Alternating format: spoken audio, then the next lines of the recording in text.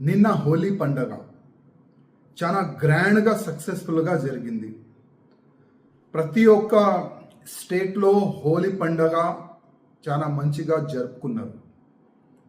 ఒకవైపు హిందువులు మా పండగ మంచిగా జరుపుకోవాలని ఒక మంచి ఆలోచన పెట్టుకొని ఎవరికి కూడా డిస్టర్బెన్స్ చేయకుండా హోలీ ఆడుకున్నారు. ఇంకోవైపు హైదరాబాద్లో ఉన్న పార్లమెంట్ సభ్యుడు అసదుద్దీన్ ఓవైసీ నిన్న ఒక మసీదులో జుమ్మేకి నమాజ్ చదువుకోనికి ఆయన ఒక ప్రోగ్రాంలో పోయిండు. ఒక పెద్ద బహిరంగ సభ అయినా పెట్టిండు. ఆ బహిరంగ సభలో ఎట్లాంటి అయినా మాటలు చెప్తుండు. ఇవాళ యావత్ భారతదేశంలో ఉన్న హిందువులు కానీ ముస్లింలు కానీ ఈ మెంటల్ గాడు ఎక్కడి నుంచి వచ్చిండో అని ఆ విధంగా ఆలోచన చేస్తున్నారు. రంజాన్ ఈ నెల అంటే చాలా పవిత్రమైన నెల అని అనుకుంటారు. అట్లాంటి పవిత్రమైన నెలలో ఇట్లాంటి విషము కక్కుతుండు ఈ అసదుద్దీన్ ఓవైసీ. అది కరెక్టేనా? ఒక్కసారి అసదుద్దీన్ ఓవైసీ ఆలోచన చేసుకోవాలి. మేము భయపడే వ్యక్తులు కాము. భయపడే వ్యక్తులు పాకిస్తాన్ ఉరికిపోయినారు, మేము కొట్లాడతాం, ఆ విధంగా కామెంట్ చేస్తుండు. అసదుద్దీన్ ఓవైసీ నువ్వు ఎంత భయపడతావు అది మాకు తెలుసు. తెలంగాణలో భారతీయ జనతా పార్టీ గవర్నమెంట్ వస్తే ఫస్ట్ ఉరికేది నువ్వే. ఈ దేశం ఇడిసి వెళ్ళిపోతావు, లేకపోతే నేను కూడా భారతీయ జనతా పార్టీ సభ్యుడు అయితా అని మా కాళ్ళపైన నువ్వు పడతావు. అది చూసుకో. ఎందుకంటే నెక్స్ట్ వచ్చేది భారతీయ జనతా పార్టీ గవర్నమెంట్. తెలంగాణలో కొంతమంది ఫాల్తుగాలు పార్టీ నుంచి వెళ్ళిపోతే 100% గవర్నమెంట్ బీజేపీదే వస్తుంది. అదేవిధంగా యోగి గారు ఒక మంచి మాట అన్నారు. జుమ్మేకి నమాజ్ మీరు ఇంట్లోనే చదువుకోండి, ఒక్క దినమే మా రిక్వెస్ట్ అని యోగి గారు అన్నారు. దానిపైన నువ్వు ఏమంటావు? ఇప్పుడు యోగి నేర్పిస్తారా నమాజ్ ఎక్కడ చదువుకోవాలి అని నువ్వు కామెంట్ చేస్తున్నావు.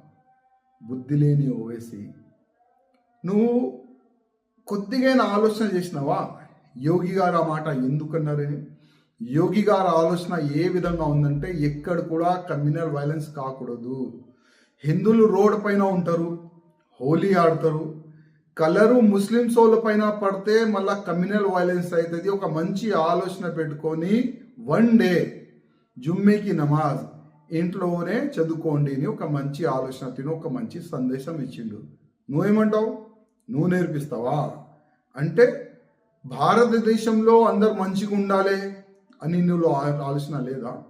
ఇప్పుడు జార్ఖండ్లో కానీ లుధియానాలో కానీ అక్కడిక్కడ కొన్ని కమ్యూనల్ వైలెన్స్ దేని గురించి అయింది కొద్ది తెలుసుకో. సేమ్ సబ్జెక్ట్, కలర్ వాళ్ళ పైన పడింది, వాళ్ళు రాళ్ళు దాడి చేసినారు, మా వాళ్ళు కూడా బాగానే కొట్టినారు. దాని గురించి కొన్ని కమ్యూనల్ వైలెన్స్ జరిగింది. తెలంగాణలో ఎందుకు జరగలే? ఎందుకంటే తెలంగాణలో ఉన్న ముస్లిం వాళ్ళు నువ్వు వేస్ట్ గాడు అని వాళ్ళు అర్థం చేసుకున్నారు. నువ్వు ఇట్లనే మాట్లాడతావు అని కూడా తెలంగాణ వాళ్ళు ముస్లిం వాళ్ళు అర్థం చేసుకున్నారు. నిన్న చాలా వరకు ముస్లిం సోలు కూడా ఒక మంచి ఆలోచన పెట్టుకొని హోలీ పండగ మనం ఇంట్లోనే ఉండాం అని ఎంత మంచిగా ఆలోచన పెట్టుకొని వాళ్ళు ఇంట్లోనే ఉండే. గ్రాండ్ జరిగింది తెలంగాణలో హోలీ పండగ, గ్రాండ్ జరిగింది. ఎక్కడ కూడా చిన్న డిస్టర్బెన్స్ కాకుండా హోలీ పండగ జరిగింది. కానీ నీలో ఆలోచన అయింది హోలీ పండగ గ్రాండ్ జరగకూడదు. ప్రతి ఒక్క స్టేట్లో ప్రతి ఒక్క జిల్లాలో కమ్యూనల్ వైలెన్స్ కావాలి. కమ్యూనల్ వైలెన్స్ అయితేనే కదా నా పార్టీ స్ట్రాంగ్ అవుతుంది, నేను ఫేమ్ అవుతా, నాకు మాట్లాడడానికి అవకాశం దొరుకుతుంది. అట్లాంటి ఒక చిన్న ఆలోచన. అసలు ఏంటంటే అసదుద్దీన్ ఓవైసీ మెంటల్ అయిపోయాడు.